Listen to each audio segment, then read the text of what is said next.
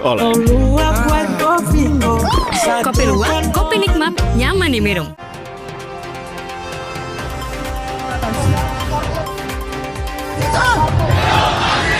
Hidup rakyat Indonesia! Hidup rakyat yang terus bertahan!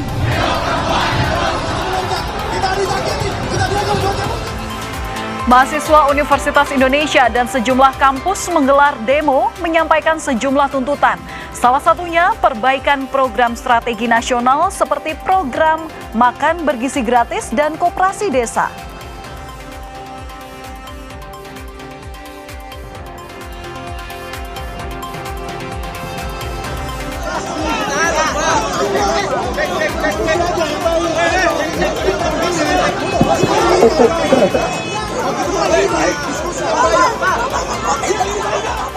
Polisi cegah mahasiswa yang akan berdemo di kawasan Bundaran HI Jakarta Pusat.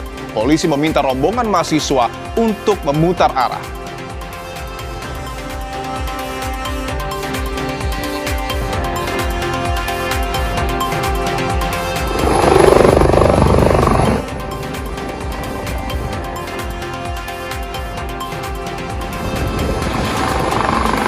Rusaknya akses jalan akibat gempa di Nusa Tenggara Timur. Tim Basarnas mengevakuasi korban luka pasca gempa Flores lewat jalur udara.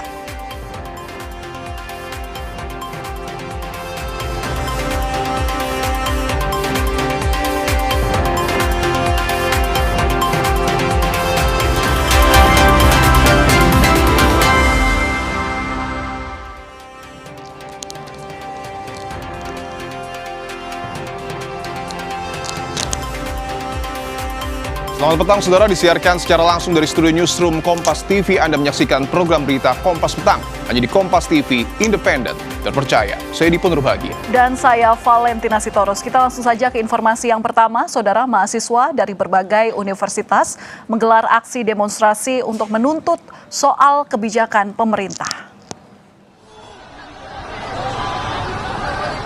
Katanya mereka aparat, mereka diminta oleh pendidikan. Tapi faktanya, kita sebagai rakyat Indonesia, kita disakiti, kita dianggap sebagai musuh negara. Mahasiswa sempat bentrok dengan polisi saat hendak turun dari bus. Bus yang mengangkut mahasiswa akhirnya melanjutkan laju dan menjauhi titik bentrok. Ada 8 poin tuntutan mahasiswa, diantaranya hentikan korupsi, kolusi dan nepotisme atau KKN, turunkan harga kebutuhan pokok dan BBM, evaluasi proyek strategis nasional, hentikan MBG dan KDMP yang dianggap membebani keuangan negara. Untuk lewat, taksi lewat. Hei, taksi lewat. Anda mahasiswa, kerja tata tertib. Anda mahasiswa, kerja tata tertib. Katanya mereka aparat, mereka diminta oleh pendidikan. Tapi faktanya, kita sebagai rakyat Indonesia, kita disakiti, kita dianggap sebagai musuh negara. Kita tunjukkan kepada seluruh rakyat Indonesia bahwa mereka tidak memiliki suara kita. Bus mereka.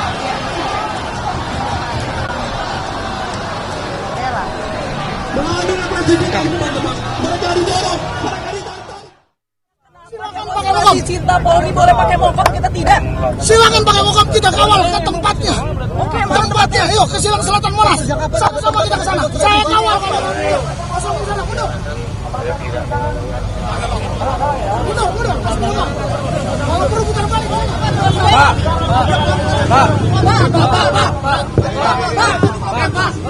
Lagi ngomong.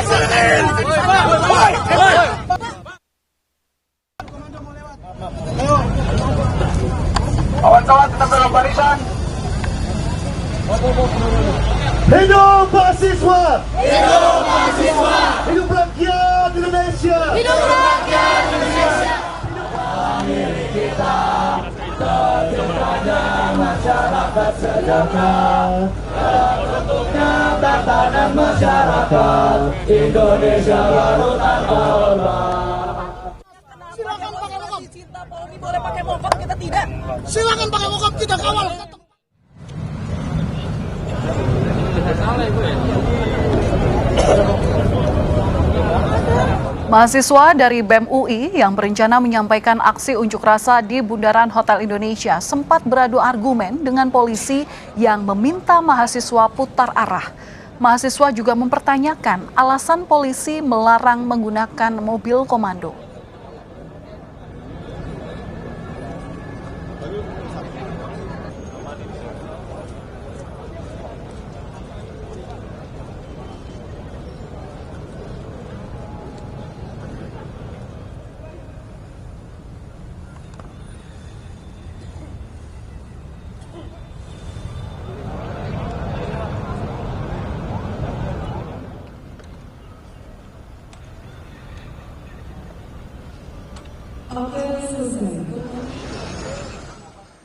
Dan saudara, ini adalah pantauan udara dari jurnalis Kompas TV yang memperlihatkan bagaimana situasi terkini terkait aksi unjuk rasa oleh mahasiswa Universitas Indonesia yang berada di area Sudirman, Jakarta. Saat ini aksi unjuk rasa masih berlangsung, ada 8 tuntutan setidaknya yang dilayangkan oleh mahasiswa dari Universitas Indonesia terkait dengan program nasional prioritas Presiden seperti Koperasi Desa Merah Putih dan juga pelaksanaan makan bergizi gratis. Ada juga isu-isu lainnya, saudara. Namun aksi ini tadi juga sempat diwarnai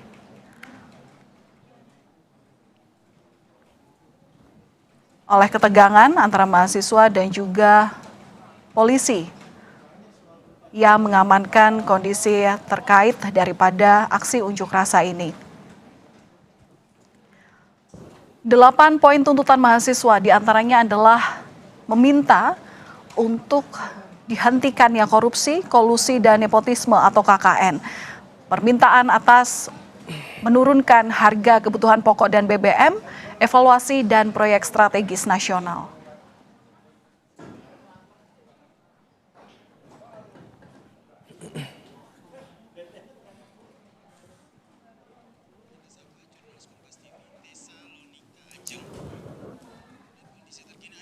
Dan sekarang kita akan melihat seperti apa kondisi terkini dari aksi unjuk rasa BEM dari mahasiswa Universitas Indonesia bersama dengan jurnalis Kompas TV Tessa Lonika Ajeng. Tessa, selamat petang. Seperti apa situasi dari unjuk rasa terkini saat ini?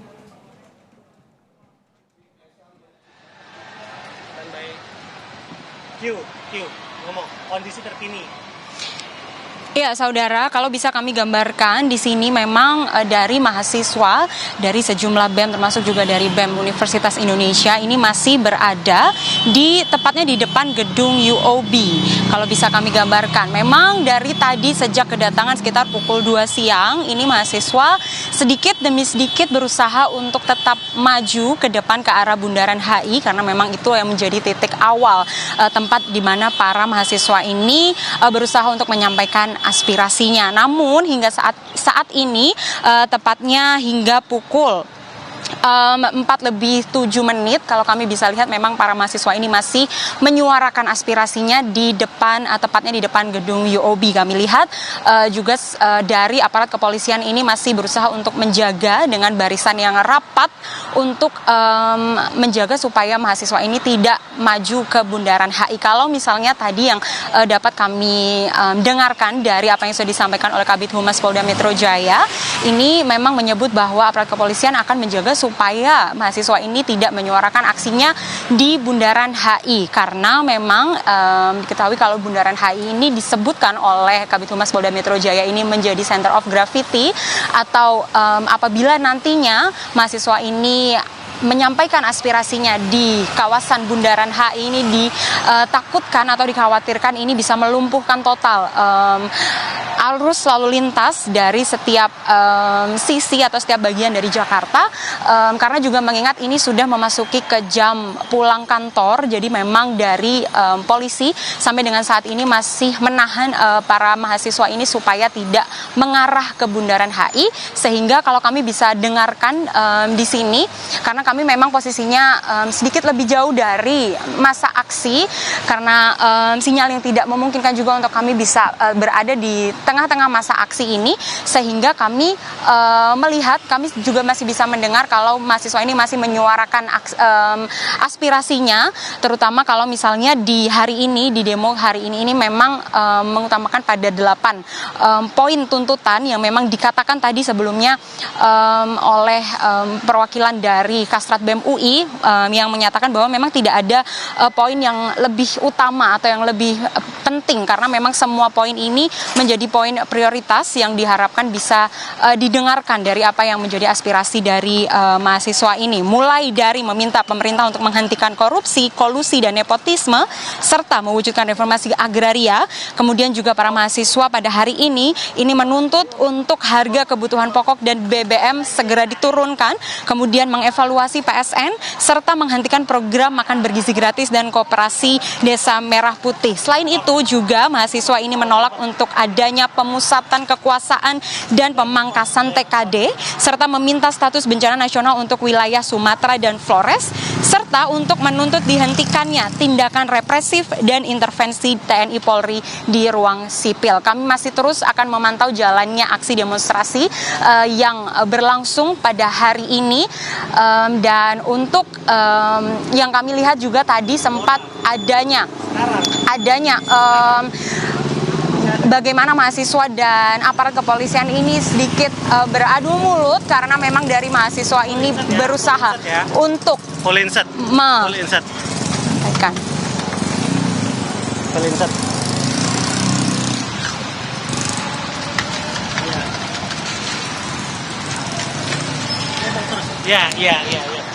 Iya, dan kalau masih bisa kami gambarkan, walaupun tadi sebenarnya dari mahasiswa ini sempat terlihat adanya adu mulut dengan para aparat kepolisian, karena dari mahasiswa masih meminta untuk bisa maju ke Bundaran HI, dan lebih lengkap lagi terkait dengan aksi demonstrasi dan perkembangannya pada sore hari ini, saya sudah bersama Mora sebagai salah satu dari bagian Kastrat dari BEM Universitas Indonesia. Mora, bisa diceritakan kalau tadi sempat dibilang tidak ada poin yang paling utama atau genting dari 8 poin yang diangkat pada hari ini, sebenarnya apa yang paling ingin disampaikan dari teman-teman mahasiswa? Bagi kami ada 2 yang perlu digarisbawahi. Bahwa pertama, tagar aksi itu menyatakan bahwa kita perlu merebut kembali kemerdekaan.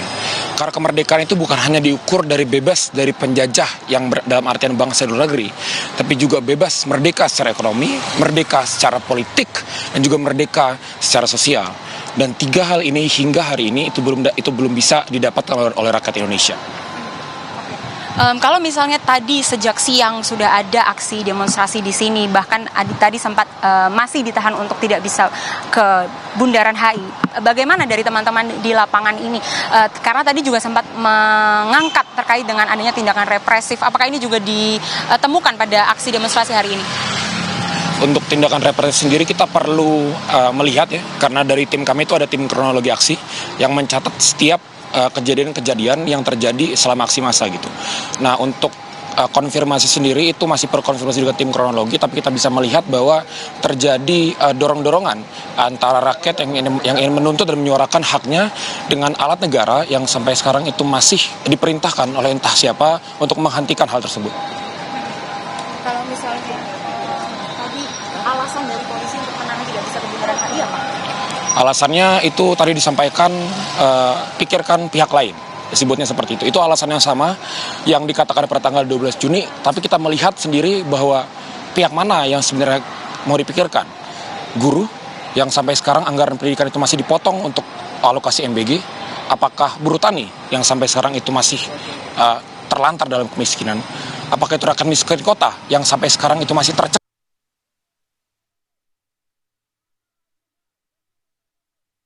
Perlu perlu dipikirkan adalah pihak-pihak penguasa yang ada di atas sana, yang tidak suka ketika mereka dikritik. Kalau misalnya tadi juga sempat setelah dari polisi ini menyampaikan untuk dilarang maju ke Bundaran HI, dari teman-teman mahasiswa seperti apa? Dari kami itu saja menolak, karena seperti yang tadi sudah saya sebutkan, tidak ada dasar hukum untuk pelarangan tersebut. Gitu. Pada akhirnya sebagai aparatur sipil negara, pihak kepolisian maupun pihak TNI tetap harus bergerak berlandaskan hukum. Itulah salah satu hadiah sebenarnya dari reformasi terkait dengan supremasi hukum gitu. Namun masalahnya sekarang ketika hal tersebut itu coba dilupakan dan kemudian didalihkan dengan dalih diskresi dan juga keputusan, maka itu tidak bisa diterima. Kami akan terus maju, kami akan terus bertahan. Sampai dengan saat ini Ya, masih akan terus maju. Iya, demikian saudara tadi yang disampaikan oleh perwakilan dari BEM Universitas Indonesia, bahkan sampai dengan saat ini mahasiswa masih akan bertahan dan berusaha untuk maju ke Bundaran HI untuk menyampaikan aspirasinya pada sore hari ini. Kembali ke studio. Baik, terima kasih atas laporan Anda, jurnalis Kompas TV Tesalonika Ajang yang melaporkan langsung dari area Sudirman, Jakarta.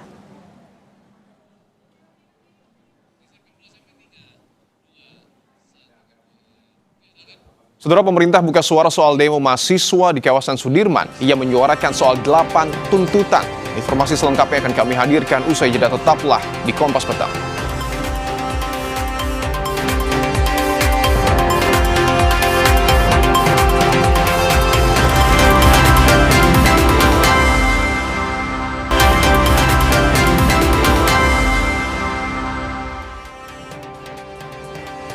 Kompas Petang kami lanjutkan, saudara. Pemerintah merespons demo 8 tuntutan mahasiswa yang berlangsung di kawasan Sudirman. Kepala Badan Komunikasi Pemerintah atau Bakom RI, Muhammad Kodari, menanggapi soal tuntutan mahasiswa. Kodari mengatakan akan mendengar segala tuntutan dan mempersilahkan masyarakat dan mahasiswa menyampaikan aspirasi karena Indonesia negara demokrasi. Mereka dianggap seperti musuh negara. Tapi faktanya mereka tidak sama sekali memilih kita, teman-teman. Mereka bukan ngerasa kepada kita. Mereka menindas kita. Berbicara dan tidak membiarkan saya mengatur mereka. Bukan Anda saja.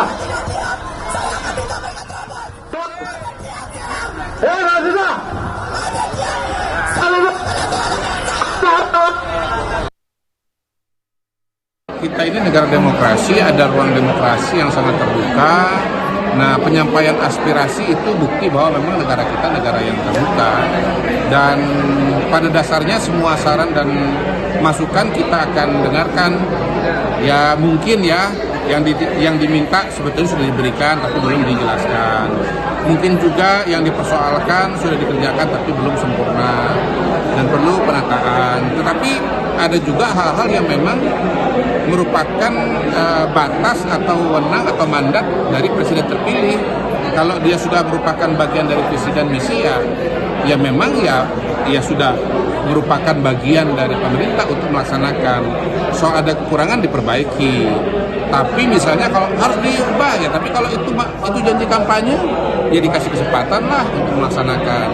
Kalau misalnya nanti ada pemilu lagi, ya baru kemudian silakan Anda menyampaikan pilihan, pendapat dan sikap.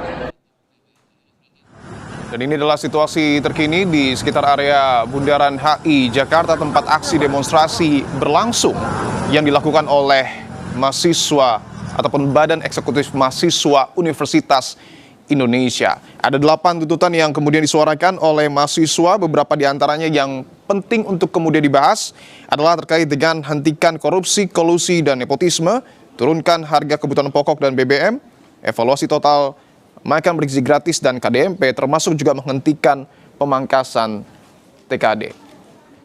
Sejumlah aparat polisi di Jalan Jenderal Sudirman sedang berjaga dan membentuk sebuah barikade, saudara, untuk kemudian memastikan mahasiswa tetap melakukan aksi demonstrasi di tempat yang sudah ditentukan oleh polisi.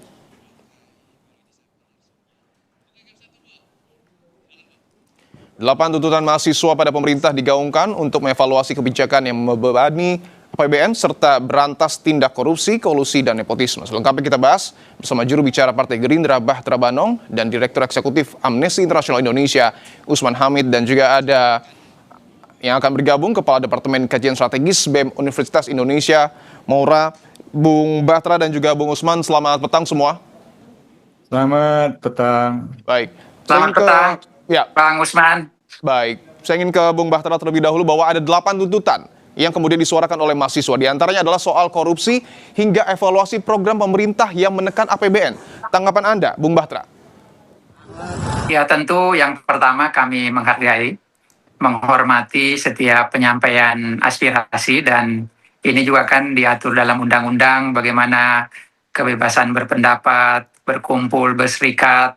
Dan bagi kami, dan tentu juga Pak Presiden Prabowo sering menyampaikan bahwa di alam demokrasi itu sesuatu yang wajar dan diperbolehkan karena memang negara kita kan juga menganut sistem demokrasi. Jadi artinya kami berterima kasih atas penyampaian aspirasi, penyampaian pandangan, pendapat, terutama yang berkaitan dengan program-program pemerintah, dan pemerintah terus bekerja secara maksimal untuk terus kemudian terutama program-program strategis pemerintahan Presiden Prabowo agar semua program strategis itu bisa dirasakan kemanfaatannya untuk semua lapisan masyarakat tanpa terkecuali. Maka dari itu kami terus dan Pak Prabowo tentu sering menyampaikan bahwa tidak alergi dengan masukan, tidak alergi dengan penyampaian pendapat atau bahkan kritikan, karena itu juga bisa mengontrol kinerja pemerintah agar program-program pemerintah terus berada di jalur atau di rel yang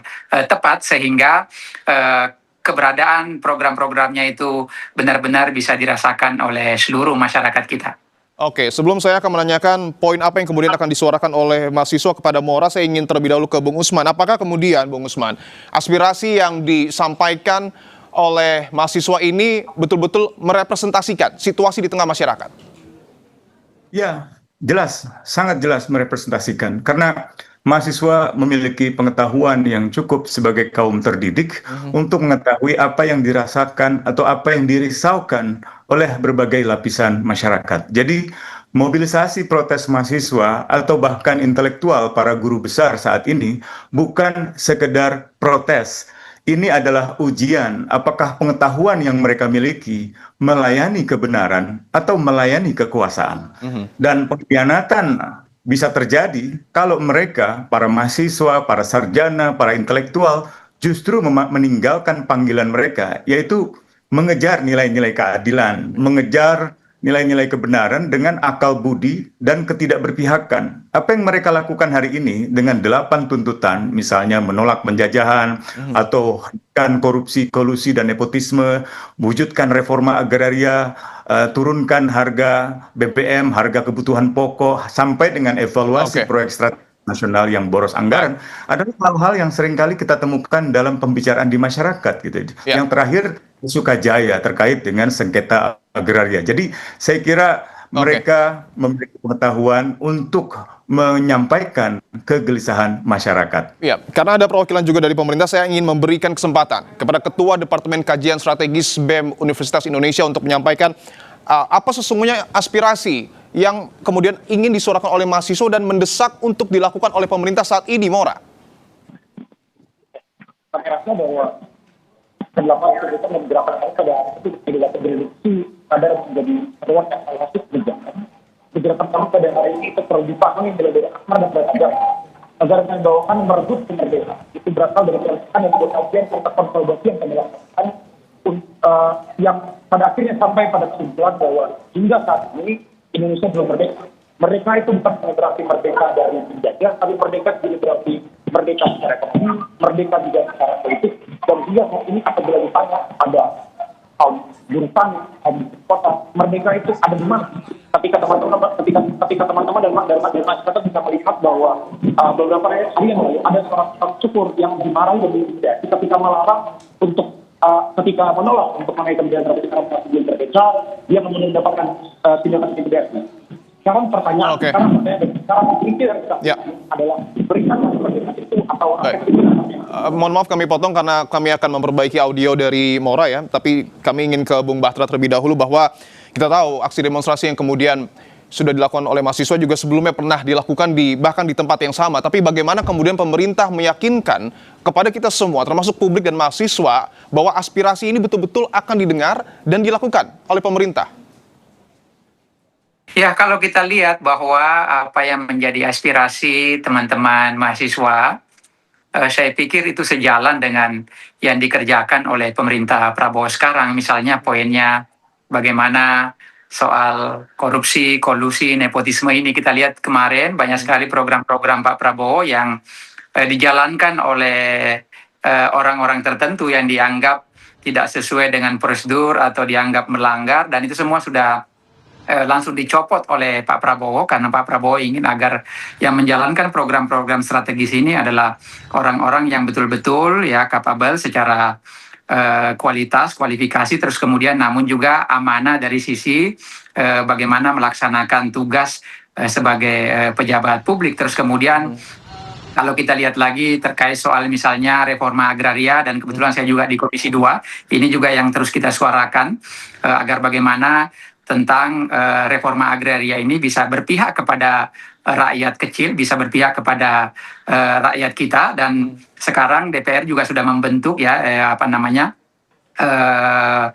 panja atau pansus bagaimana penanganan reforma agraria ini. Terus kemudian terkait hubungan pusat dan daerah, kita tahu sendiri bahwa Pak Prabowo dengan kondisi fiskal yang tentu kita tahu di tengah efisiensi ini, baru saja beberapa minggu yang lalu Pak Prabowo mengeluarkan kebijakan untuk membantu daerah, kemudian Kementerian Keuangan mengucurkan kurang lebih 18,9 triliun untuk kemudian membantu kabupaten kota ataupun daerah untuk menangani bagaimana fiskal ini bisa lebih longgar, lebih luas, kemudian agar tidak terjadi pemecatan atau perumahan terkait soal P3K kita. Kita tahu sendiri bahwa di beberapa daerah memang ada yang sedang fiskalnya tidak mampu, kemudian gaji P3K, dan itu dikucurkan oleh pemerintah pusat kurang lebih 8,9 triliun. Artinya yang menjadi tuntutan teman-teman mahasiswa hari ini sejalan dengan apa yang sedang dikerjakan oleh pemerintah Presiden Prabowo. Apalagi misalnya terkait soal program strategis yang dianggap bahwa di sana ada inefisiensi. Kita lihat sendiri bahwa sekarang dilakukan pembenahan oleh pertama program-program strategis yang mendapat banyak sorotan dari publik, dan semuanya sekarang sedang dibenahi satu persatu. Baik, kami sudah tangkap poin ini. Saya ingin tanyakan langsung kepada Morasiaan, mahasiswa Universitas Indonesia, bahwa tadi disampaikan oleh Bung Batra, tuntutan mahasiswa ini sebenarnya sudah dilakukan dan bahkan sejalan dengan pemerintah. Anda sepakat dengan pernyataan tersebut? Tentu tidak. Satu persatu sebenarnya tuntutan tersebut didasarkan pada kontribusi dan juga kajian terkait kondisi misal kalau kita bicara terkait dengan rumah dari yang paling mirip dengan itu adalah kepres terkait dengan Torah, karena objek kementerian sehingga sampai sekarang pelaksanaan itu masih nihil. Ketika kita bicara dalam pelaksanaan di luar dari tersebut, kita melihat bagaimana berapa banyak perampasan yang dilaksanakan lewat instrumen-instrumen penggusuran paksa maupun untuk pelaksanaan food estate. Kalau misalnya kita bicara tentang hentikan MBG dan juga hentikan Kopdes, maka balasan dari pemerintah adalah kita hentikan secara palsu. Pada tataran praktisnya, bagaimana mungkin kita bisa mengevaluasi satu program yang dobrok, kemudian tidak terlebih dahulu kita ataupun di moratorium. Inilah kenapa kami merasa bahwa pada akhirnya pemerintah itu masih boleh dan masih menolak untuk mendengar tuntutan dari rakyatnya. Masih menolak untuk mendengar tuntutan dari rakyatnya. Masih menolak tuntutan dari rakyat ya. Saya ingin ke Bung Usman, bahwa tadi dari pemerintah menyebut aspirasi mahasiswa ini sebenarnya sejalan, bahkan sudah dilakukan oleh pemerintah, tetapi dari mahasiswa sendiri membantah hal tersebut. Tanggapan Anda, Bung Usman? Ya, wajar saja mereka membantah. Yang paling sederhana itu kan misalnya dampak kebijakan dari tahun 2026. Tadi disebutkan oleh Mora kalau tidak salah, dan juga oleh juru bicara pemerintah soal alokasi untuk daerah. Pemerintah dalam pandangan para mahasiswa mengurangi transfer ke daerah sebesar 25%, dan bahkan dana desa itu hingga 58% dipotong demi mendanai program-program unggulan yang boros anggaran. Misalnya MBG atau misalnya Koperasi Desa Merah Putih dan Kampung Nelayan Merah Putih. Meskipun terdapat proyeksi misalnya kenaikan keseluruhan anggaran transfer ke daerah sebesar 5,5% menjadi berapa itu? 735 triliun, pemerintah malah berencana mempertahankan mekanisme pemotongan otomatis pada tahun 2027. Nah, ini menimbulkan tekanan fiskal pada daerah, sehingga kemungkinan akan meningkat kewajiban pembayaran utang bulanan. Apalagi ada Koperasi Desa Merah Putih, dan target pemerintah pusat untuk memperluas jaringan koperasi kan masih berlanjut hingga 35.000 unit. Ini pendekatan yang sangat sentralistik yang melanggar konstitusi. Beberapa kepala daerah sudah sangat kritis, sudah sangat mengeluh tentang hal ini, dan kebijakan yang sentralistis ini mengakibatkan tingkat penerimaan publik kepada pemerintah juga rendah. Lihat saja misalnya survei dari Saiful Mujani, itu pemerintah dari 81% memiliki semacam penerimaan publik, sekarang itu tinggal 51%. Artinya ada kebijakan yang salah. Belum lagi tadi Mora menyebutkan tentang proyek strategis nasional. Apakah proyek strategis nasional dihentikan, misalnya pembabatan hutan di Merauke? Ya. Tampaknya tidak. Putusan MK yang baru bahkan secara telak sebenarnya mengatakan pemerintah melanggar konstitusi. Hanya MK masih cukup sopan santun dengan mengatakan pelanggaran ini masih boleh sampai 2027 atau sampai 2028. Tapi intinya telah melanggar anggaran untuk pendidikan. Lihat laporan Selios hari ini dan juga concernnya para mahasiswa. Babak belur dunia pendidikan kita. Jadi meskipun anggaran pendidikan misalnya dalam APBN 2027 meningkat sebesar 13,9% menjadi 820 triliun, peningkatan 100 triliun, tapi penyertaan MBG itu, makan bergizi gratis itu menghabiskan hampir 30% atau hampir sepertiga dari jumlah total. Dan ini sebenarnya strategi yang dirancang harusnya memenuhi amanat konstitusional, tapi justru malah merusak hak atas pendidikan. Nah, jadi ini yang saya kira banyak sekali diangkat oleh para, termasuk juga dengan pemutusan hubungan kerja yang bersifat massal yang belum lama terjadi juga di Jawa Barat, dan juga tentang 1 juta sarjana menganggur. Saya kira ini harus diperhatikan serius oleh pemerintah. Ya, saya ingin ke Bung Mora lagi bahwa tadi Anda menyebutkan menolak bahwa pemerintah ini menjalankan bahkan sejalan dengan aspirasi mahasiswa. Ketika nanti Anda atau mahasiswa menilai bahwa aspirasi ini dalam tanda kutip tidak didengar oleh pemerintah, bagaimana aksi demonstrasi hari ini akan berjalan? Apakah akan dilakukan sampai malam atau seperti apa?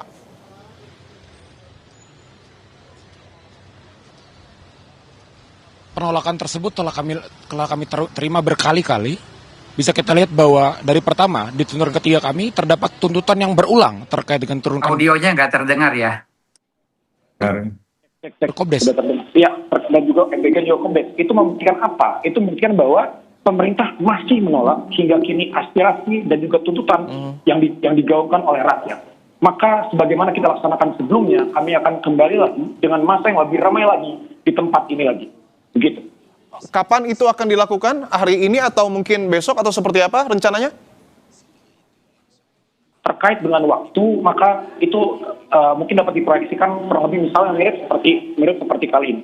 Tentu proses konsolidasi untuk datang beramai-ramai itu itu memerlukan waktu, mungkin 2 sampai 3 minggu. Tapi mungkin satu hal bisa dipegang bahwa kami akan kembali lagi. Itu. Oke, baik. Kami sudah tangkap poinnya. Terakhir ke Bung Bahtera bahwa tadi mahasiswa merasa pemerintah ini masih menolak atau belum mendengar aspirasi mereka, dan jika terus dilakukan, jika terus merasa seperti itu, masih akan ada aksi lanjutan. Tanggapan Anda, Bung Bahtera?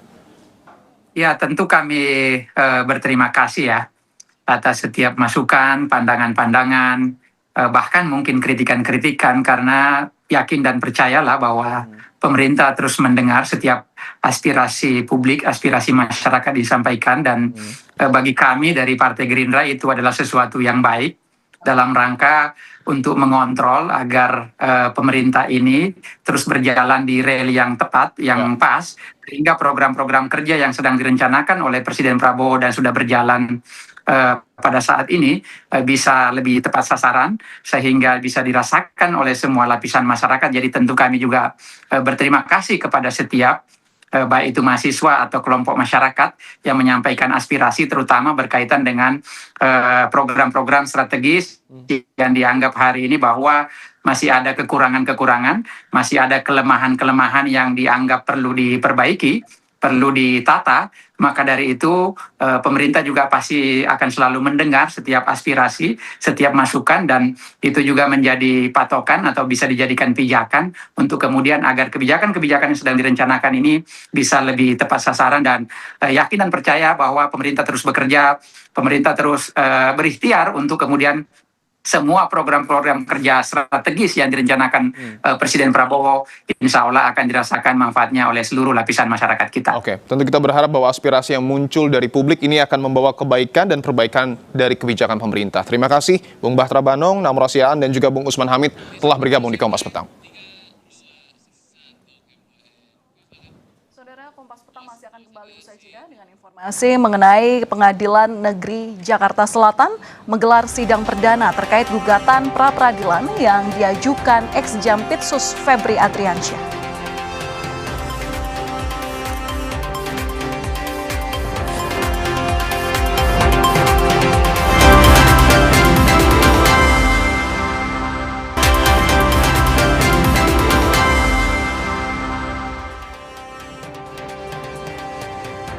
Saudara, Pengadilan Negeri Jakarta Selatan menggelar sidang perdana gugatan pra-peradilan yang diajukan ex-Jampitsus Febri Adriansyah. Febri yang jadi tersangka atas kasus tindak pidana pencucian uang mengajukan pra-peradilan untuk menguji prosedur dan tahapan hukum oleh polisi yang dinilai berjalan tidak semestinya. Pemohon juga menggugat penggeledahan serta penyitaan yang dilakukan oleh Polda Metro Jaya dan Korps Pemberantasan Tindak Pidana Korupsi atau Kortas Tipikor Polri. Aspek utama yang dipersoalkan tim hukum Febri Adriansyah adalah penetapan tersangka tanpa pemeriksaan calon tersangka. Klien kami. Aspek tersebut kami mengidentifikasi ada indikasi 30 pelanggaran hukum acara dan prinsip-prinsip due process of law. Nah, 30 inilah tentu yang akan diuji lebih lanjut. Besok kita akan dengar jawaban dari para termohon dan turut termohon, serta kami akan mulai mengajukan bukti-bukti surat atau bukti-bukti dokumen. Sementara itu, tim 9 Kejaksaan Agung kembali melakukan pemeriksaan terhadap sejumlah saksi untuk mendalami kasus dugaan tindak pidana pencucian uang dengan tersangka ex-Jampitsus Febri Adriansyah. Hari ini sebanyak 9 orang diperiksa, diantaranya mereka dari pihak perbankan dan seorang saksi ahli. Kepala Pusat Penerangan Hukum Kejagung Anang Supriyatna menyebut pemeriksaan saksi ini untuk memperjelas konstruksi perkara. Selain itu, pemeriksaan saksi juga diperlukan untuk melakukan penelusuran terkait aset yang diduga merupakan hasil tindak pidana.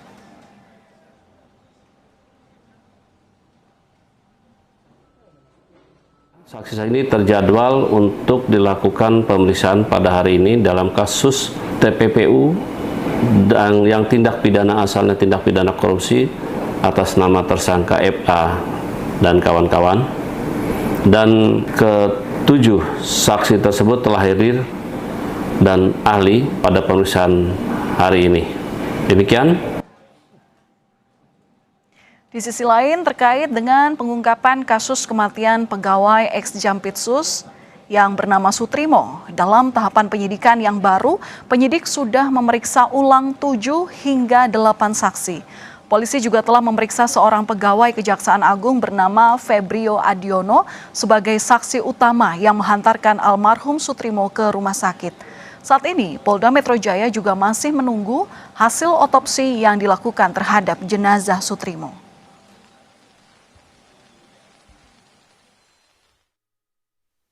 Dari hasil lidik itu sudah 27 saksi yang dimintai keterangan. Dalam proses lidik sudah ada sekitar 8 atau 7 atau 8 saksi yang sudah dimintai keterangan. Saksi utama? Ya, ini masih saksi-saksi yang lain. Nanti kita akan melihat dalam proses ekshumasi hasilnya apa, kan harus ada persesuaian dari keterangan saksi ataupun barang bukti lain. Termasuk saksi Febrio juga? Ya, nanti akan dilakukan pemeriksaan mendalam. Ya.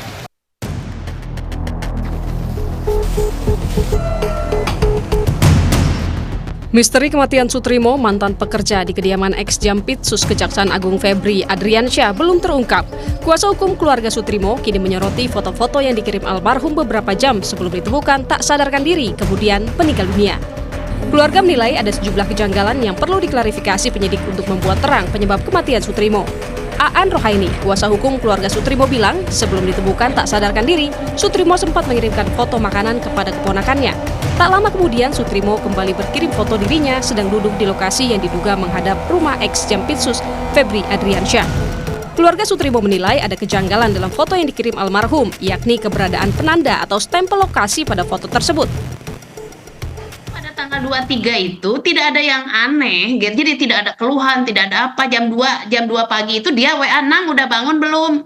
Ke Hanan, dia ngecek ponakannya, lalu kemudian dia ngirim foto ayam goreng, nasi sama lalapan. Itu jam 3.18. Udah. Kemudian jam 4 dia ngirim foto lagi, foto seolah-olah dia sedang duduk menghadap rumahnya Pak FA seperti foto biasa, ya. Sering banget ngirim foto dia sedang jaga di situ. Jadi ada minuman, ada aqua, ada motor-motor tadi yang plat nomornya salah satunya juga kemarin saya temukan itu. Tapi berbeda foto-foto, ada yang ganjil sedikit. Foto-foto yang sebelumnya dikirim dari HP Sutrimo itu tidak pernah ada stem.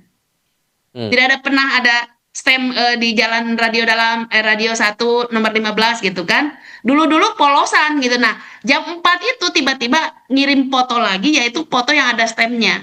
Itu ada minumannya ya, ada aqua. Terbuka ataukah enggak botolnya? Ya, ada aqua yang sudah dibuka dan apa, saya juga tidak tahu. Menanggapi kejanggalan yang dinilai keluarga Sutrimo, Komisioner Kompolnas Khairul Anam bilang harus ada pemeriksaan dan pengusutan menyeluruh sebagai rangkaian penyelidikan. Anam juga menyampaikan penyidik harus segera memeriksa ex-Jampitsus Febri Adriansyah terkait kasus kematian Sutrimo yang kini sudah di tahap penyidikan. Sesuatu yang tidak pernah terjadi, kirim-kiriman foto, baru di momen foto terakhir lah itu ada stemnya dan menunjukkan memang ada kondisi yang sedang makan baik-baik saja, ya air minumnya terbuka dan sebagainya. Lah menurut saya ini konteks paling dekat dengan almarhum ditemukan. Ini di luar konteks di TKP, di ambulan, siapapun yang terkait peristiwa ini harus diperiksa, termasuk juga Pak FA. Apapun statusnya, menurut saya untuk membuat terangnya peristiwa itu penting sekali, karena kalau enggak ya ini haknya juga Pak FA mengklarifikasi secara formal. Tapi sebagai penyidik harusnya polisi juga memeriksa beliau agar memang semua rangkaian peristiwa itu terangkai dengan baik dan benar. Dan ini juga kebutuhan dari keluarga. Baik. Kenapa ditelepon misalnya ya, kenapa ditelepon dan sebagainya, apa perannya dan sebagainya, itu ya pihak keluarga juga penting untuk mendapatkannya, dan itu tanggung jawab kewajiban dari pihak Polda Metro Jaya. Oke. Sebelumnya kuasa hukum Febri Adriansyah, Firman Wijaya menjelaskan, Sutrimo bukanlah kepala rumah tangga dari FA seperti narasi yang beredar selama ini. Firman bilang Sutrimo bertugas untuk membersihkan rumah dengan jeda waktu berbeda. Ada klarifikasi dari pihak keluarga kalau tidak salah soal status posisi almarhum itu sebenarnya bukan karungga. Jadi ini bagian dari klarifikasi, bukan kepala rumah tangga. Nah, beliau hanya bertugas membersihkan saja rumah dan sebagainya. Dan ada jeda-jeda waktu almarhum itu bekerja di situ, jadi tidak tetap sifatnya. Hingga kini penyebab pasti kematian Sutrimo masih menunggu hasil pemeriksaan forensik dan toksikologi pasca ekshumasi pada Rabu pekan lalu. Polisi kini perlu merangkai seluruh jejak yang ada termasuk aktivitas terakhir Sutrimo, foto dan komunikasi yang dikirim sebelum ditemukan, hingga orang-orang yang terakhir berinteraksi dengannya. Tim Liputan Kompas TV. Saudara, Pengadilan Negeri Jakarta Selatan mulai menggelar sidang pra-peradilan yang diajukan oleh ex-Jampitsus Febri Adriansyah. Apa saja yang digugat oleh tim hukum Febri dan bagaimana peluangnya untuk lolos dari kasus tindak pidana pencucian uang yang menjeratnya? Kita akan tanyakan kepada kuasa hukum ex-Jampitsus Febri Adriansyah, Alfon Kurnia Palma, dan juga nanti akan bergabung bersama kita di sini praktisi hukum yang juga merupakan aktivis anti korupsi Saur Siagian. Selamat petang Bang Alfon, Bang Saur. Sore Mbak, selamat sore Bang Saur. Ya, salam sehat untuk Anda dan juga keluarga. Saya ke Bang Alfon terlebih dahulu. Bang Alfon, jadi apa yang paling dipersoalkan dalam gugatan pra-peradilan pertama ini? Ya, terima kasih. Pada dasarnya sebenarnya ini kan ingin menguji ya, apakah memang tindakan secara prosedural yang telah dilakukan oleh aparat penyidikan itu sudah sesuai dengan due process of law. Dalam konteks ini ada 4 tahap sebenarnya yang dinilai menjadi suatu persoalan dalam konteks prosedural. Pertama-tama terkait dengan penggeledahan dan penyitaan ya yang dilakukan dalam satu hari, yaitu pada tanggal 8 Juli. Dan kemudian yang kedua terkait dengan penetapan tersangka dan kemudian terkait dengan pencekalan. Nah, kalau misalnya kita lebih mendalam, ini lebih terkait dengan apakah memang dalam proses penggeledahan yang merupakan bentuk dari upaya paksa dan juga penyitaan sebagai bentuk upaya paksa, itu merupakan suatu langkah-langkah yang sudah sesuai dengan prosedural, di mana dilihat di dalam dokumen-dokumen yang ada, proses penyidikan itu tanpa didahului dengan adanya proses penyelidikan. Nah, di dalam perkap sebenarnya sudah dikatakan dan juga lebih rincikan di dalam peraturan Kabarreskrim ya terkait dengan adanya penyelidikan. Itu kan harus ada terlebih dahulu tentang rencana penyelidikan dan kemudian juga adalah laporan hasil penyelidikan. Nah, dari situlah akan dilakukan gelar perkara yang kemudian akan ditetapkan sebagai tersangka atau tidak.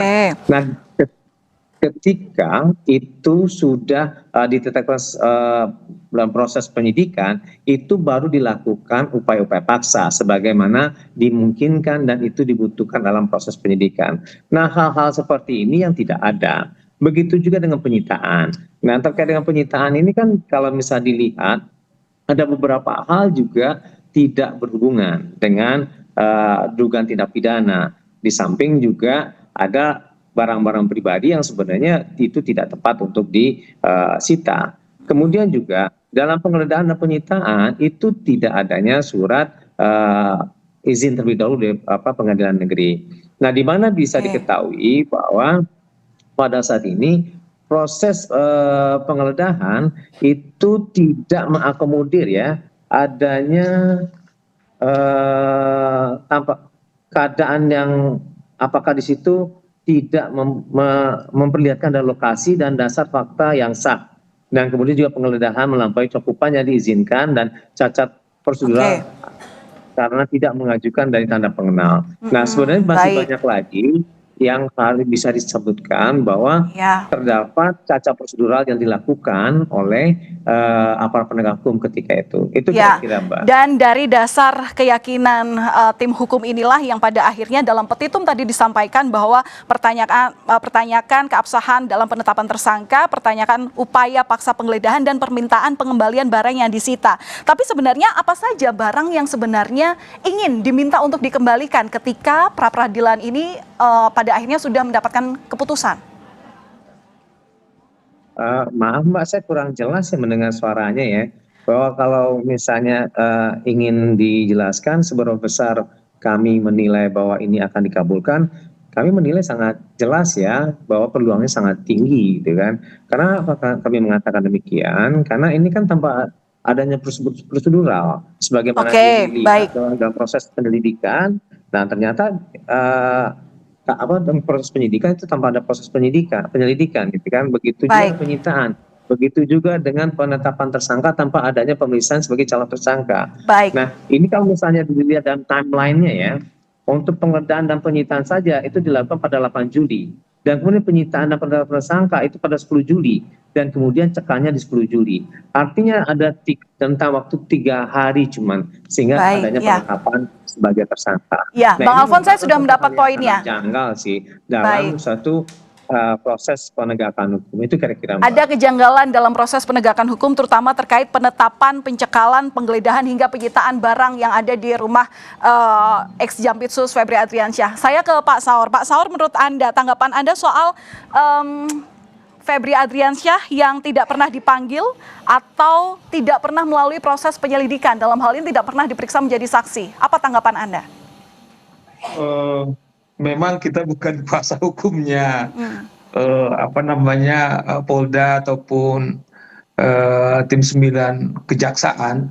Kalau tidak salah ada 2 pra-peradilan dari kawan-kawan juga menyangkut penyidikan di Polda Metro dan Kortas dan juga di kejaksaan gitu ya. Nah, saya kira mereka secara resmi atau secara sah akan menjawab mungkin besok kalau tidak salah.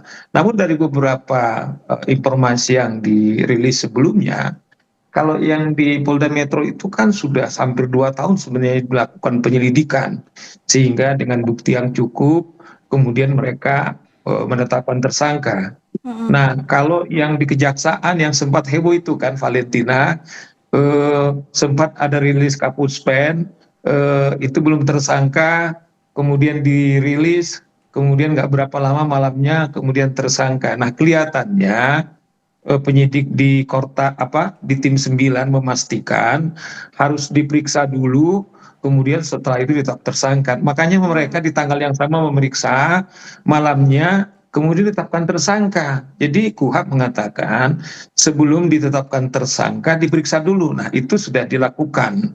Nah, soal penggeledahan, saya kira mereka nanti akan menjawab mengapa kemudian mereka melakukan penggeledahan. Tadi ada pertanyaan dari Valentina, barang-barang apa yang nanti diminta oleh pemohon, itu saya kurang tahu, tapi dugaan saya mungkin adalah uang sekitar 500 miliar atau barangkali 74 kilogram emas, barangkali itu yang tadi ada gangguan. Pertanyaan kepada rekan Alfon, mungkin rekan Alfon yang...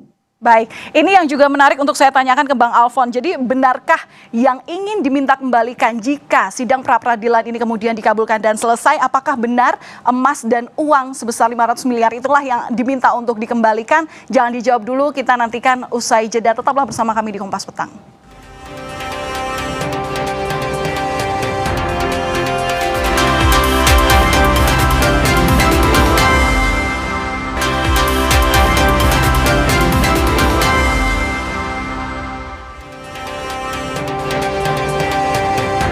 Saudara, saat ini saya masih bersama dengan kuasa hukum ex-Jampitsus Febri Adriansyah dan juga aktivis anti korupsi dan juga praktisi hukum Bang Saur Siagian. Saya mau ke Bang Alfon dulu. Bang Alfon, jadi sebenarnya apa saja yang diminta untuk dikembalikan dan dasar tim hukum meyakini bahwa ini merupakan hak dari Febri dan juga keluarga? Ya, baik. Nah, saya ingin mengklarifikasi ya bahwa ini kan kaitan dengan proses penggeledahan dan penyitaan yang dilakukan pada tanggal 8 Juli ya, yang dilakukan sampai jam 1 malam tersebut. Nah, pertanyaannya adalah pada proses penggeledahan itu kan harus diperlihatkan surat penggeledahan dan penyitaan kepada orang yang menguasai tempat, kan gitu ya. Nah, kepada dialah barang-barang itu harus dikembalikan. Nah, sekarang... Jadi itu punya Mas Febri ya? Iya. Punyanya Pak Febri, semuanya uang dan emas itu, Bang Saur. Bang Alfon, sorry. Gimana, maaf? Jadi itu memang diyakini oleh tim kuasa hukum bahwa uang dan emas adalah milik Pak Febri? Ya, itu harus dikembalikan kepada orang yang menguasai tempat. Nah, di situ yang menguasai tempat itu siapa? Nah, bukan berarti kalau misalnya ada di tempat itu milik dari klien kami, belum pasti. Kan begitu. Nah, itu harus dibuktikan terlebih dahulu. Nah, sekarang kalau misalnya dikatakan bahwa di situ ada A, B, C, D, E, ya harus dibuktikan dulu dan itu ditandai dengan adanya berita acara penyerahan dari penyitaan. Nah, pertanyaan kan namanya berita acara penyitaan itu sendiri itu tidak ada. Nah, ini jadi persoalan. Nah, inilah secara prosedural yang dipersoalkan. Nah, pra-peradilan ini kan mempermasalahkan terkait dengan itu. Apakah memang itu memang secara prudent dan itu dilakukan berdasarkan prosedur? Apabila itu tidak dilakukan secara prudent dan tidak secara prosedur, ya itulah maka dikatakan bahwa ada doktrin yang namanya fruit the poison tree. Nah, suatu proses yang dilahirkan dari suatu hal yang bermasalah, semua ini menjadi bermasalah. Itu yang kita ingin katakan bahwa mana lebih penting antara due process of law dengan pemberantasan tindak pidana korupsi. Tapi kalau Kejagung meyakini bahwa emas dan uang itu relevan sebagai barang bukti TPPU, bagaimana? Apa argumentasi Anda sebagai tim hukum? Ya, walaupun nggak begitu jelas ya terkait dengan TPPU ini sebenarnya kan harus diperjelas dulu kan predikat crime-nya itu apa. Nah, sekarang kan nggak begitu jelas terkait dengan itu. Nah, kalau misalnya kita langsung mengatakan bahwa ini adalah suatu TPPU, apakah memang ada uang dan kemudian ada juga alat-alat yang dikatakan oleh Bang Saur tadi gitu kan, ada emas di situ, ada mata emas dan macam-macam, itu sudah dialihfungsikan, sudah dialihbentukkan dan ada upaya-upaya untuk menjadikan itu bukan lagi bentuk asalnya sehingga itu sudah terkaburkan bentuk-bentuknya. Nah, itu merupakan definisi dari suatu TPPU. Nah, ini yang perlu diperjelas ya. Tapi begini ya, Mbak. Baik. Oke. Apa yang dikatakan oleh Bang Saur itu ini terkait dengan perkara nomor 134, berbeda dengan perkara 135. Nah, apa yang dikatakan terkait dengan di kejaksaan itu permasalahan yang akan diproses besok dalam perkara 135. Itu stressingnya di kejaksaan. Baik, itu adalah di pra-peradilan kedua yang akan digelar esok di Pengadilan Negeri Jakarta Selatan. Selain juga dengan kasus penggeledahan, penyitaan uang terkait dengan kasus TPPU yang menjerat ex-Jampitsus Febri Adriansyah, yang juga jadi polemik saat ini adalah kasus kematian karyawan atau pegawai dari ex-Jampitsus adalah Sutrimo begitu. Ini juga menimbulkan spekulasi publik dan belum dijelaskan polisi terkait dengan apa proses penyidikan yang sedang saat ini dilakukan selain ekshumasi sebelumnya dilakukan. Perlukah Febri diperiksa terkait dengan kasus ini, Bang Saur? Saya kira yang pertama harus diperiksa itu adalah Febri Ardiansyah. Kenapa? Saudara almarhum Sutrimo itu bekerja dengan saudara Febri Ardiansyah. Bahkan yang terakhir dia balik ke Banyumas dan juga kembali itu adalah suruhannya. Artinya adalah bahwa kalau kita lihat kategori atau jenis dari alat bukti salah satu saksi, yaitu orang yang melihat mendengar. Nah, saya kira orang yang paling relevan kemudian mengetahui keberadaan daripada Sutrimo itu adalah Febri Ardiansyah. Nah, oleh karena itu saya kira penyidik, karena ini kepentingan juga kepada tim 9 yang sedang melakukan penyidikan dugaan TPPU dan juga dugaan korupsi, ini sangat relevan. Jangan-jangan misalnya begini, dalil daripada kawan-kawan misalnya bahwa uang yang 500 miliar dan juga emas itu di rumah atau disentuh, pemilik rumahnya adalah keluarga Febri Ardiansyah, pemiliknya dia bilang orang lain. Nah, ini kan juga pertanyaan-pertanyaan besar. Nah, oleh karena itu penyidik saya kira harus segera memanggil atau tidak meminta supaya Febri Ardiansyah itu dipanggil sebagai saksi. Oke, Bang Alfon, jadi kalau misalnya Pak Febri Ardiansyah diperiksa terkait kasus Sutrimo ini, yang bersangkutan bersedia ya? Ya, kembali masih terganggu sepertinya jaringan saya. Nah, saya menanggapi apa yang dikatakan oleh Bang Saur ya. Yang diperiksa terlebih dahulu bukannya klien kami ya, dalam artian Eva. Tetapi yang menjadi titik itu adalah barang bukti. Barang buktinya itu apa? Yaitu pada saat ini adalah korban gitu ya. Nah, kemarin kan sudah dilakukan ekshumasi ya. Penting di situ terlebih dahulu harus dilakukan proses penyelidikan dan penyidikan, bukan kemana-mana. Baik, nah, tapi singkat saja, kalau Pak Febri, singkat saja, tapi kalau klien Anda diminta untuk menjadi saksi dalam pemeriksaan kasus ini, bersedia ya, Bang Alfon? Iya, maaf, gimana? Kalau Febri Adriansyah diperiksa terkait kasus kematian Sutrimo ini, pasti bersedia ya? Ya, kalau misalnya klien kami itu diperiksa untuk dugaan adanya tindak pidana pembunuhan gitu ya, ini harus dipastikan terlebih dahulu gitu ya, terkait dengan apakah memang ini ada permasalahannya atau tidak, ada keterkaitannya atau tidak gitu kan. Nah itu makanya kalau kami lebih menilai bahwa jangan berpraduga terlebih dahulu, tetapi pastikan berdasarkan bukti yang ada. Apa bukti yang ada? Yaitu hasil eksaminasi. Nah ketika di situ sudah ada, barulah dilakukan langkah-langkah selanjutnya untuk memastikan apakah ini ada keterkaitan, apakah ini ada keterhubungan, di sini ada bukti, barulah semua pihak itu akan diperiksa. Begitu kira-kira, Pak. Baik, dan kita nantikan seperti apa penyelidikan yang saat ini sedang dilakukan pihak kepolisian. Terima kasih sudah memberikan keterangan kepada kami di Kompas Petang. Kuasa hukum ex-Jampitsus Febri Adriansyah, ada Bang Alfon Kurnia Palma, dan juga Bang Saur Siagian selaku praktisi hukum dan juga aktivis anti korupsi. Terima kasih, Bapak-Bapak. Saudara, kami akan kembali usai jeda dengan informasi mengenai rusaknya akses jalan akibat gempa di Nusa Tenggara Timur. Tim Basarnas mengevakuasi korban luka pasca gempa Flores lewat jalur udara.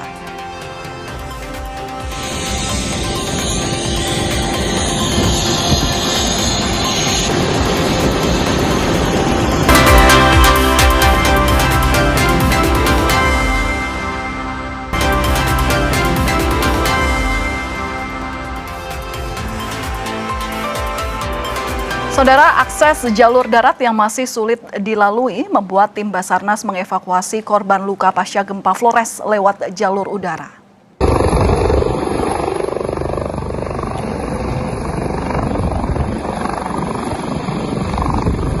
Dengan menggunakan helikopter Dauphin, tim SAR gabungan bergerak cepat untuk menjemput 3 korban gempa dari posko utama Satar Kampas, Manggarai Timur. Evakuasi udara ini menjadi jalur paling efektif mengingat para korban membutuhkan penanganan medis segera akibat mengalami fraktur atau patah tulang serta dislokasi. Basarnas terus bersiaga penuh di wilayah terdampak termasuk di Manggarai Timur, Manggarai, dan Nagekeo untuk memastikan seluruh warga terdampak mendapatkan pertolongan cepat.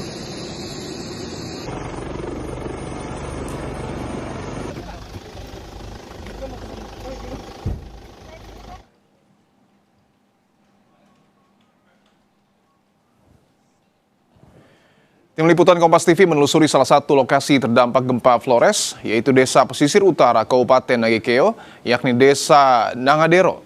Visual udara tampak kerusakan bangunan akibat gempa. Warga pun terpaksa harus mengungsi ke tempat aman. BMKG sempat memberikan peringatan dini tsunami di kawasan tersebut, sehingga kini warga meninggalkan kampung mereka dan mencari area pengungsian yang lebih tinggi.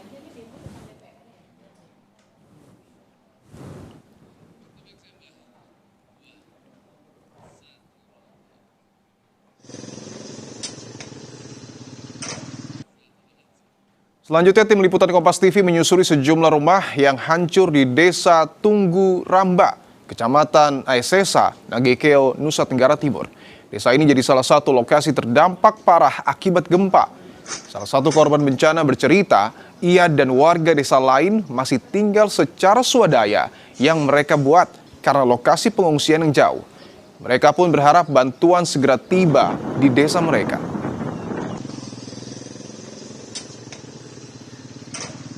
Setelah terjadinya gempa, ini Pak Sarif tinggal di mana? Tinggal di bawah kayu, Pak, di naungan begini, Pak, tidak ada, belum ada bantuan sedikit pun belum ada, Pak, sampai sekarang ini. Berarti Pak Sarif sejauh ini masih tinggal di luar, begitu ya? Di luar, Pak, di luar. Ini Pak, lihat sendiri di pohon-pohonan saya, belum ada tenda apa segala macam. Ya begini, tidak ada, dari dinas belum ada turun, Pak. Tapi sejauh ini sudah ada bantuan yang masuk ke sini? Belum, Pak, belum. Biar dinas pun belum ada turun ke sini, Pak. Cuma hari pertama itu Kapolres dan Kapolsek yang turun. Cek cuma. Belum dinas mau kasih sumbangan ini tidak ada.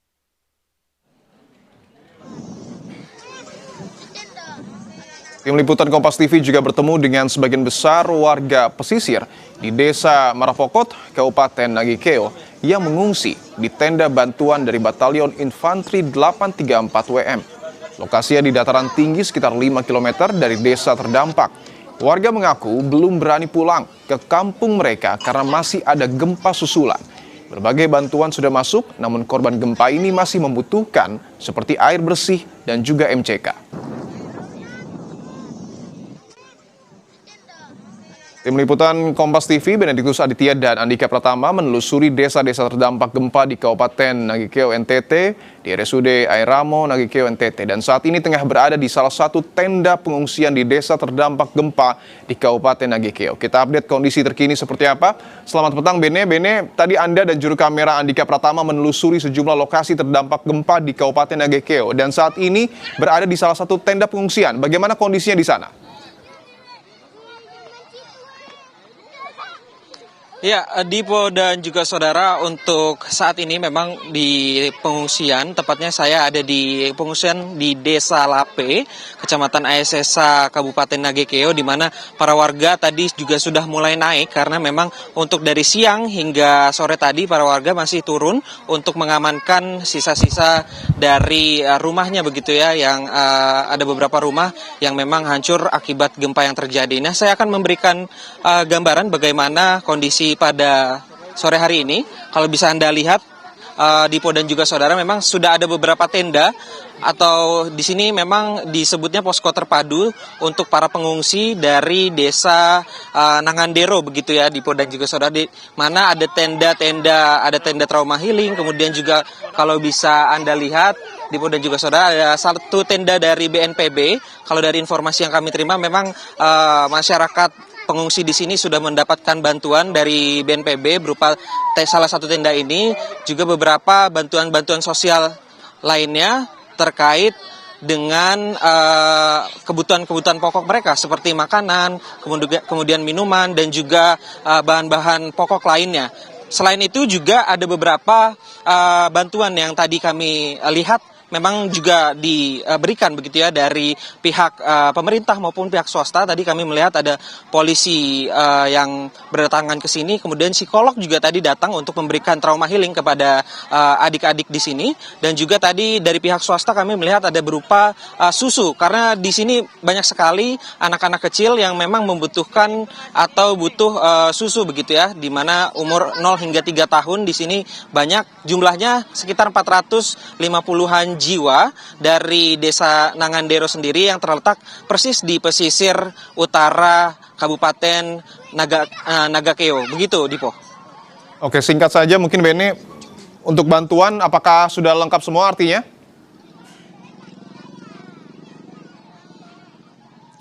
Ya, Dipo, memang kalau dari informasi yang kami terima, tadi kami tanyakan untuk makanan dan minuman ini cukup 1 sampai 2 hari. Artinya masih membutuhkan cadangan bahan pokok atau makanan dan minuman. Begitu, Dipo. Baik, terima kasih Benediktus Aditya dan juga Andika Pratama melaporkan langsung dari Kabupaten Nagikeo, Nusa Tenggara Timur. Informasi mancanegara akan hadir usai jeda mengenai militer Iran yang menawarkan imbalan sebesar $30.000 Amerika Serikat atau sekitar 535 juta rupiah bagi siapapun yang bisa menangkap tentara Amerika Serikat.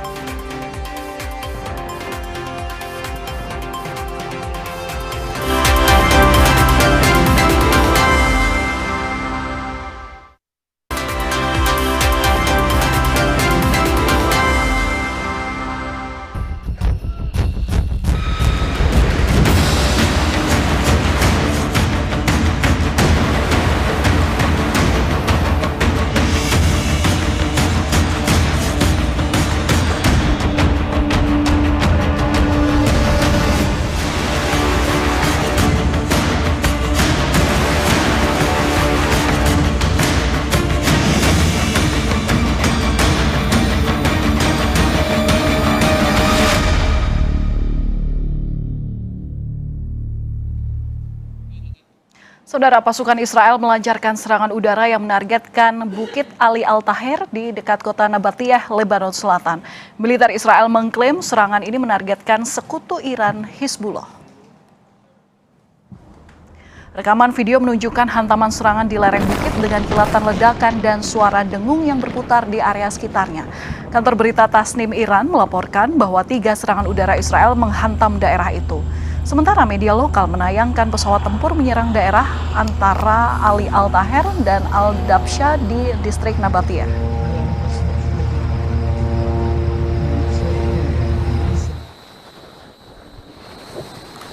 Presiden Amerika Serikat Donald Trump mengatakan Oman tidak memiliki itikat baik terkait progres kebijakan pembuatan Selat Hormuz. Donald Trump menyebut Oman telah menghalang-halangi Iran dalam pembukaan Selat Hormuz. Menjawab pertanyaan wartawan di Gedung Putih, Trump mengancam mereka akan mengebom Oman habis-habisan. Menurut Trump, sangat mudah untuk menghabisi Oman.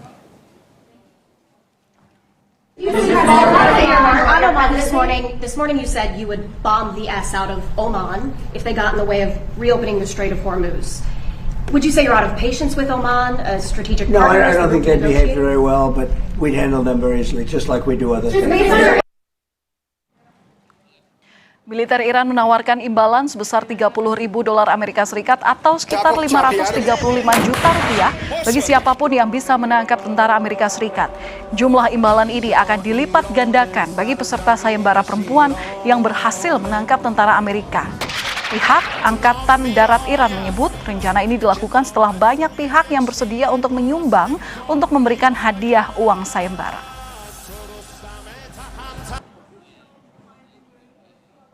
Lima 15 siswa diduga keracunan makan bergizi gratis masih menjalani perawatan di Rumah Sakit Evarina Etaham, Kabupaten.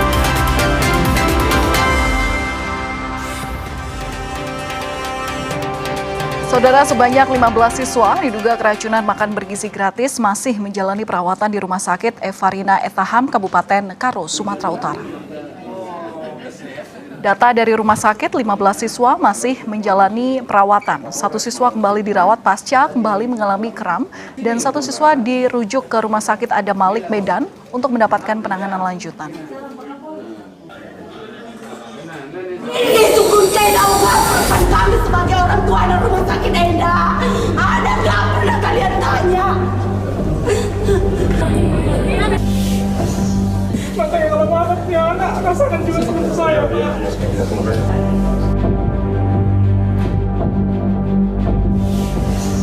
Orang tua siswa menuntut pengusutan tuntas peristiwa keracunan yang diduga terjadi setelah konsumsi makan bergizi gratis di sejumlah sekolah di Kabupaten Karo, Sumatera Utara. Mereka menuntut penjelasan lebih detail penyebab keracunan. Selain itu, mereka meminta proses pidana kepada pihak yang bertanggung jawab yang menyebabkan lebih dari 200 siswa keracunan. Saya sebagai orang tua saya tidak terima. Jadi permintaan saya dan harapan saya paling besar itu, Pak, kalau bisa secepatnya lah diumumkan racun apa yang terdeteksi di dalam ikan dan sayur yang dimakan oleh anak-anak kami. Satu lagi ya Pak, ini permintaan dari hati saya paling dalam, dituntaslah ini. Secara tuntas memang kalau bisa dipidanalah siapa yang melakukan ini.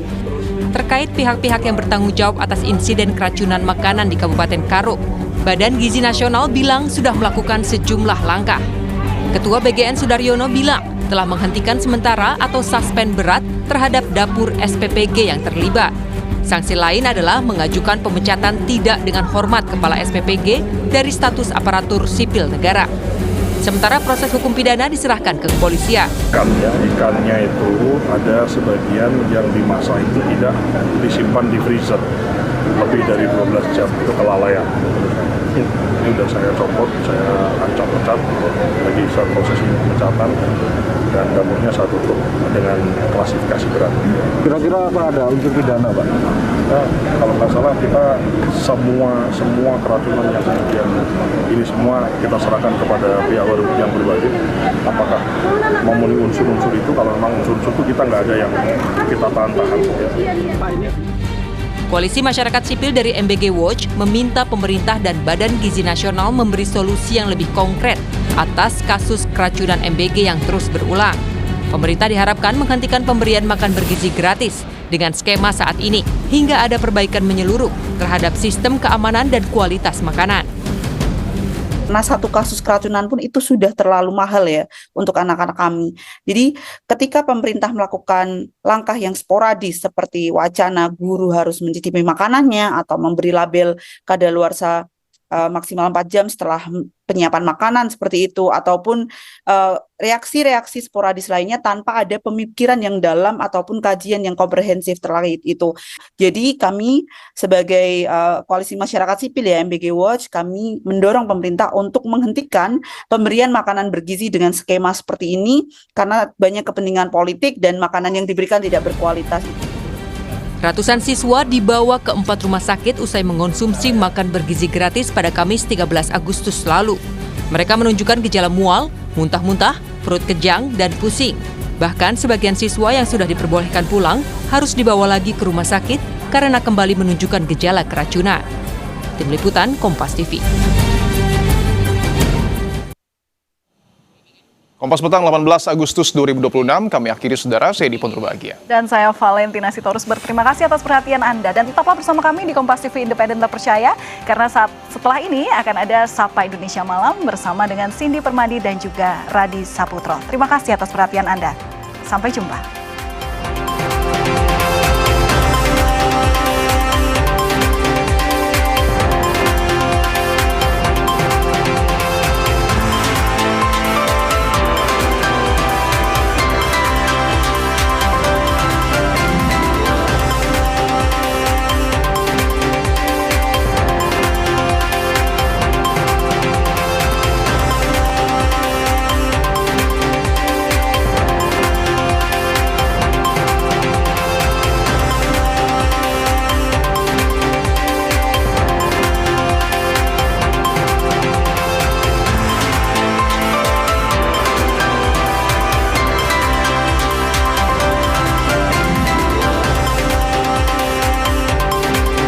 Terima kasih Anda telah menyaksikan Kompas Petang didukung